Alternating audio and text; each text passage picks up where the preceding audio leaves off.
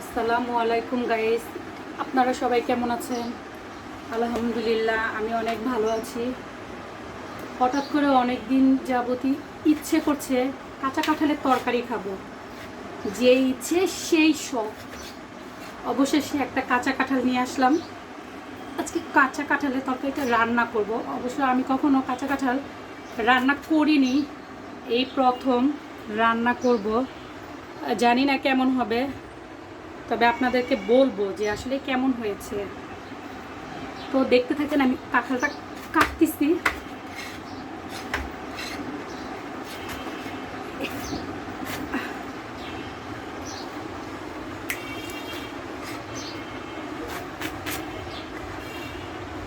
জানি না আমার কাটা ঠিকমতো হচ্ছে কি না, তবে আমি যতটুকু জানি বা পারি আমি সেইটাই চেষ্টা করতেছি। অবশ্য প্রথমে আমি হাতে আপনার সরিষার তেল মেখে নিয়েছিলাম, যেন কাঁঠালের কষটা হাতের মধ্যে না ভরে। তারপরও মনে হচ্ছে কেমন যেন একটু কাঁঠালের কষ ভরেই যাচ্ছে হাতের মধ্যে।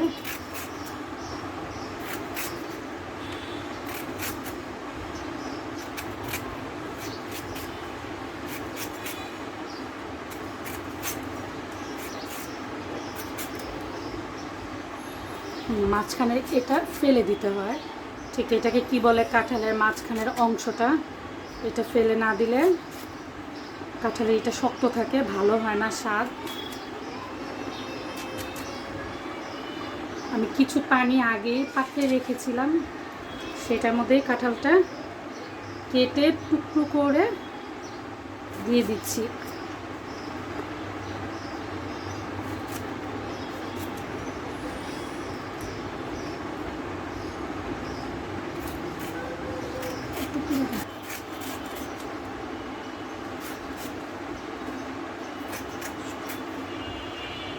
তো আপনারা যখন কাঁচা কাঁঠাল এভাবে রান্না করে খাবেন, কাটার সময় অবশ্যই দেখবেন যে কাঁঠালের চামড়াটা যখন আমরা ফেলবো তখন এখানটা সবুজ থাকে। সবুজ সবুজ থাকলে না তরকারিটা মজা হয় না, ভালো লাগে না। তো কাটার সময় এই সবুজ অংশটা যেন না থাকে, সেটার দিকে খেয়াল রাখবে।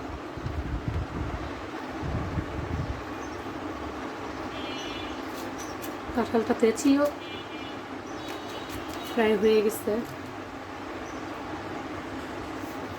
এদিকে আমার কাঁঠাল কাটাও প্রায় শেষের দিকে। আমি কাঁঠালটা পুরাটা নিব না, কারণ আমি হাফ কেজি মাংস দিয়ে কাঁঠালটাকে রান্না করব। সেজন্য আমি পুরো কাঁঠালটা নিলে আমার সবজি বেশি হয়ে যাবে, সেজন্য আমি অর্ধেক কাঁঠাল নিয়েছি। আপনারাও যখন বাসায় ট্রাই করবেন পরিমাণ মতো নেওয়ার চেষ্টা করবেন।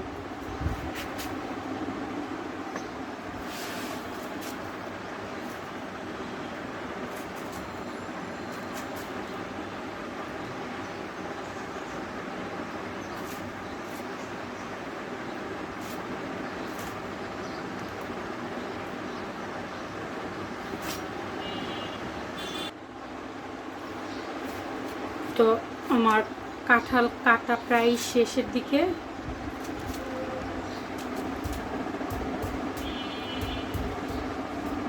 বাকি অর্ধেকটুকু কাঁঠাল আমি নিচ্ছি না, আগেই বলেছি যে নিলে আমার হচ্ছে সবজিটা পরিমাণ অনেক বেশি হয়ে যাবে। আর একটু পরে আপনাদেরকে দেখাবো যে এই কাঁঠালটা আমি কিভাবে চুলোতে বসাচ্ছি। কাঁঠালটাতে হচ্ছে আপনার একটু সামান্য হলুদ দিয়ে দিব, দিয়ে আমি চুলায় সিদ্ধ করে নেব। আচ্ছা, তো এখন আমি এটা চুলাতে বসাবো। আপনার সামান্য একটু হলুদ আর হচ্ছে একটু সামান্য লবণ ফেলে দিচ্ছি, যেন সিদ্ধটা একটু তাড়াতাড়ি হয়, সেই জন্য। তো বসাচ্ছি চুলাতে।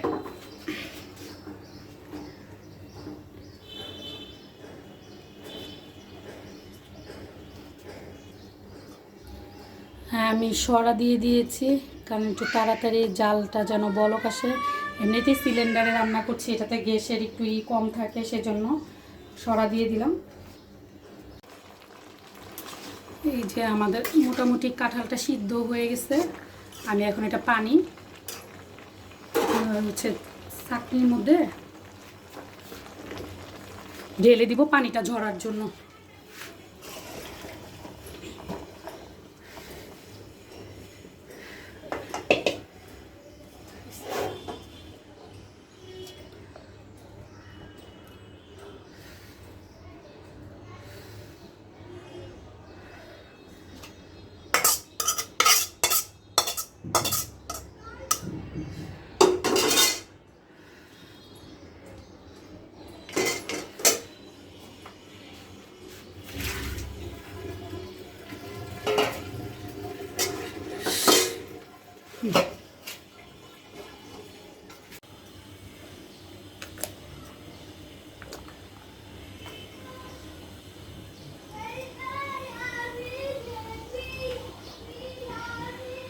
তেল দিয়ে দিলাম একটু। এখন কাঁঠাল যেটা সিদ্ধ করেছি এটাকে একটু ভেজে নিব।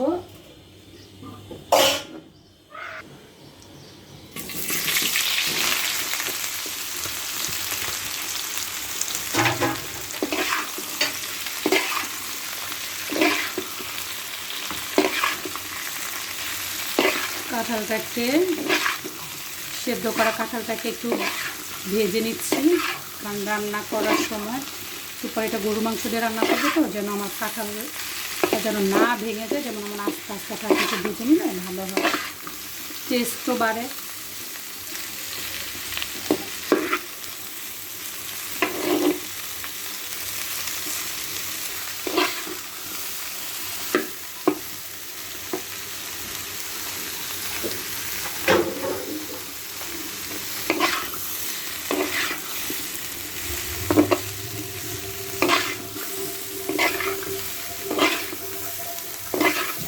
চার 5 মিনিটের মতো ভেজে নিলেই হবে, অত বেশি ভাজা লাগবে না, কারণ আমি এটা আগেই সিদ্ধ করে ফেলছি মোটামুটি বেশ ভালো।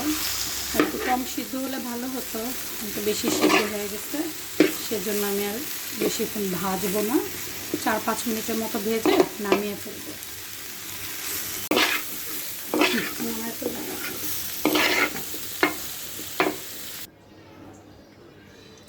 এখন গরুর মাংসটা রান্না করব। গরুর মাংসের মধ্যে হচ্ছে আপনার যে কাঁচা কাঁঠালটা সিদ্ধ করে রেখেছি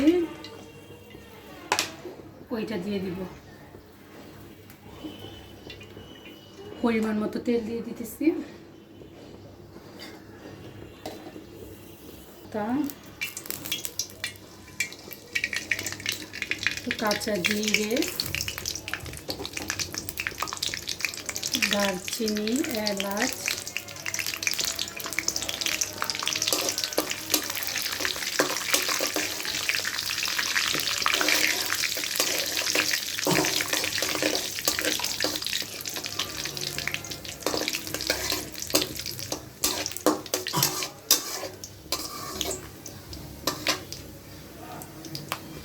পরিমাণ মতো পেঁয়াজ,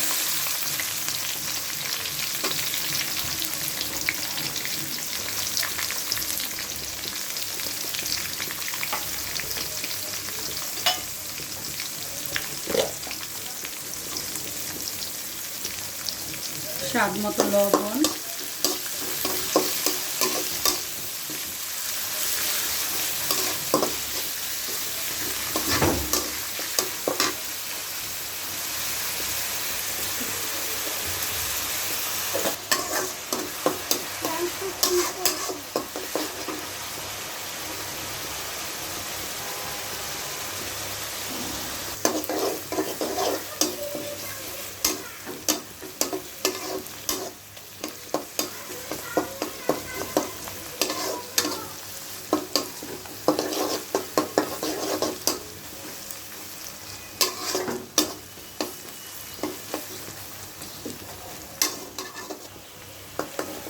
আমার পেঁয়াজটা মোটামুটি ভাজা হয়ে গেছে। এখন আমি এক এক করে মাংসের মশলা দিব।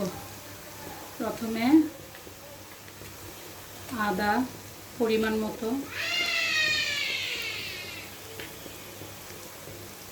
রসুন বাটা, জিরা বাটা,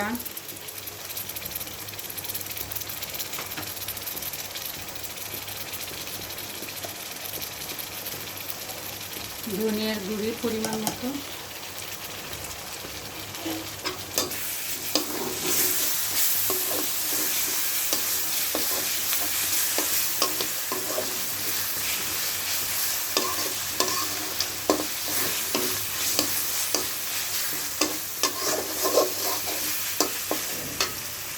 এখন দিয়ে দিব পরিমাণ মতো মরিচ এবং হলুদের গুঁড়া।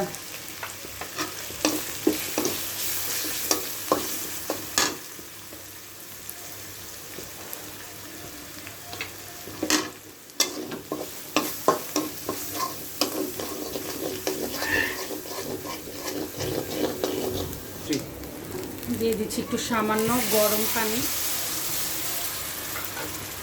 মশলাটা ভালো করে কষিয়ে নিব। একটু পানি দিই মশলাটা ভালো করে কষানোর জন্য।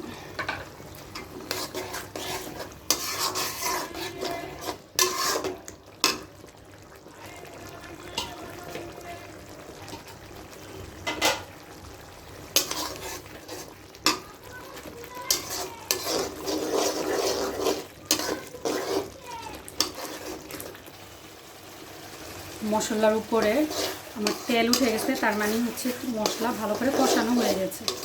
এখন আমি মাংস দিয়ে দিব মশলার ভিতরে।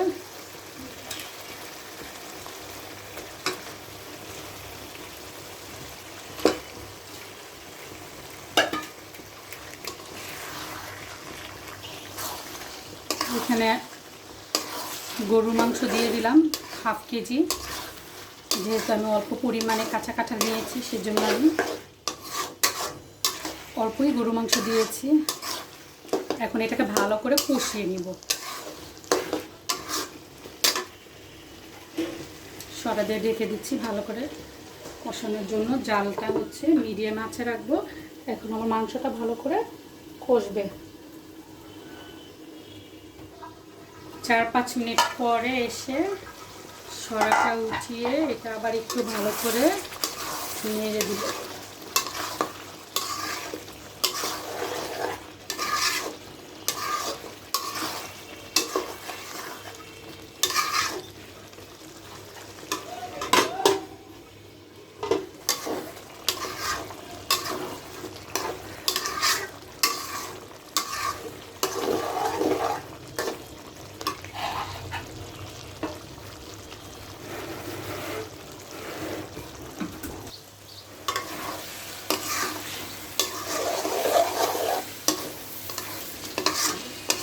ভালো করে সিদ্ধ করার জন্য এখন আমি একটু পানি দিয়ে দিব পরিমাণ মতো। এই পানিটা দিয়ে হচ্ছে কি আমার এই মাংসটা সিদ্ধ হবে।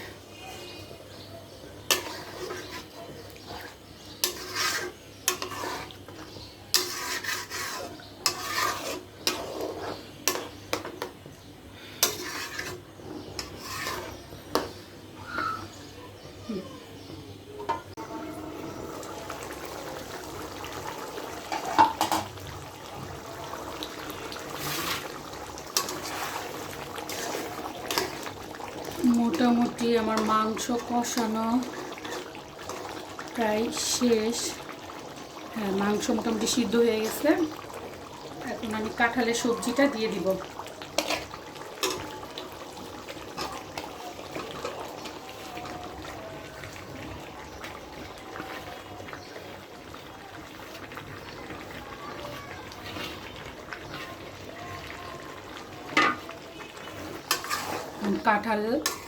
কাঁঠালের সবজিটা দিয়ে মাংসটা একটু ভালো করে কষিয়ে নিব।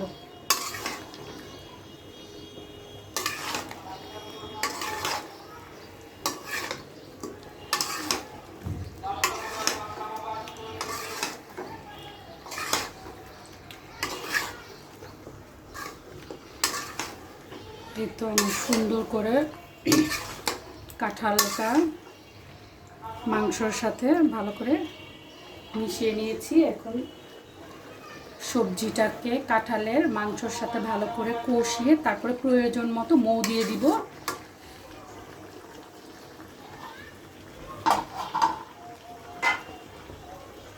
একটু ঢেকে রাখি 2-3 মিনিট। 2-3 মিনিট পরে আবার আসলাম, দেখি আমার এটা কি অবস্থা।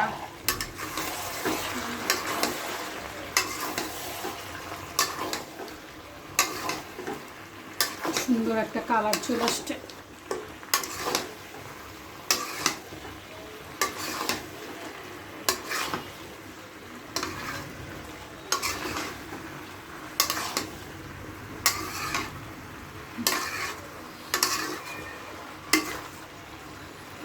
দেখি আমার কাঁঠাল সিদ্ধ হয়ে গেছে। আমার মাংস প্রায় মোটামুটি সিদ্ধ, যতটুকু বাকি আছে সেটা মৌ দেওয়ার পরে ওইটুকু হয়ে যাবে। আর কয়েক মিনিট কষিয়ে পানি দিয়ে দিব।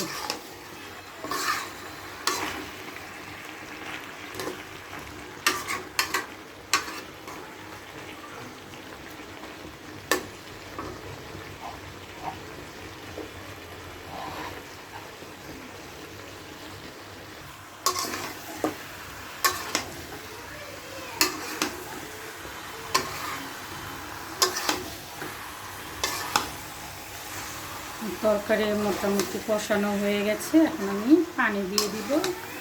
ব্যাস, সুন্দর আমার তেল উপরে ভেসে উঠেছে, কষানো হয়ে গেছে। আমি আগে থেকে একটু গরম পানি করে রেখেছি এটাতে দেওয়ার জন্য, আমি সেই গরম পানিটা এটার মধ্যে দিয়ে দিব।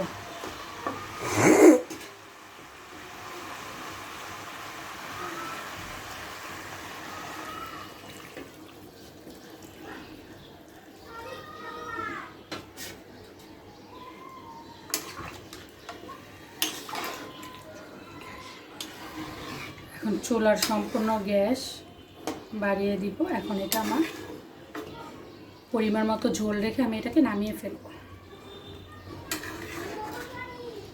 তো দেখতে থাকেন।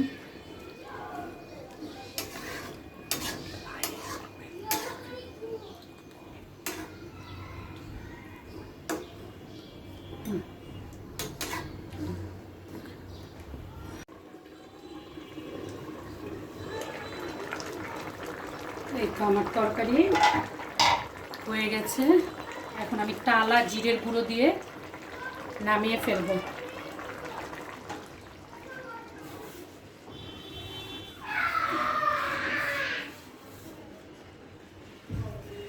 টালা জিরের গুঁড়োটা দিলে কি তরকারির মধ্যে একটা সুন্দর একটা সেন্ট আসে। আমার রান্না গরুর মাংস দিয়ে কাঁচা কাঁঠালের তরকারি আমার রান্না কমপ্লিট। যখন খাবো তখন আপনাদের সাথে শেয়ার করব।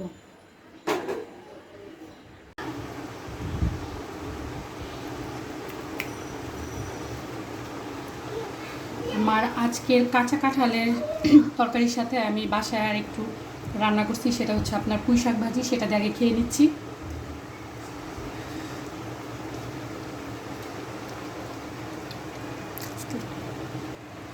তো আমি হচ্ছে যেটা রান্না করেছি দুপুরে, এখন সেটা দিয়েই খাবো। প্রথমে দেখি তরকারিটা কেমন হয়েছে। বিসমিল্লাহ। অনেক মজা হয়েছে। আসলে আমি রান্না করছি বলবেন যে এখন নিজে রান্না করছে এর জন্য বলতেছে যে মজা হয়েছে, না আসলে সত্যি অনেক টেস্ট হয়েছে। আমি লাস্ট কবে কাঁচা কাঁঠালের তরকারি খাইছি ঠিক আমার মনে নেই, বাট আজকে আমি অনেক অনেক বছর পর খাচ্ছি, কিন্তু আমার কাছে প্রচণ্ড মজা লাগতেছে। আপনারা বাসায় ইচ্ছা করলে এভাবে ট্রাই করে খেয়ে দেখতে পারেন। আর আজকের এই রান্নাটা যদি আপনাদের কাছে ভালো লাগে অবশ্যই সাবস্ক্রাইব করবেন, লাইক দিবেন, কমেন্টস দিবেন, পাশে থাকবেন। আল্লাহ হাফেজ, বাই বাই। নেক্সট ব্লগে দেখা হবে।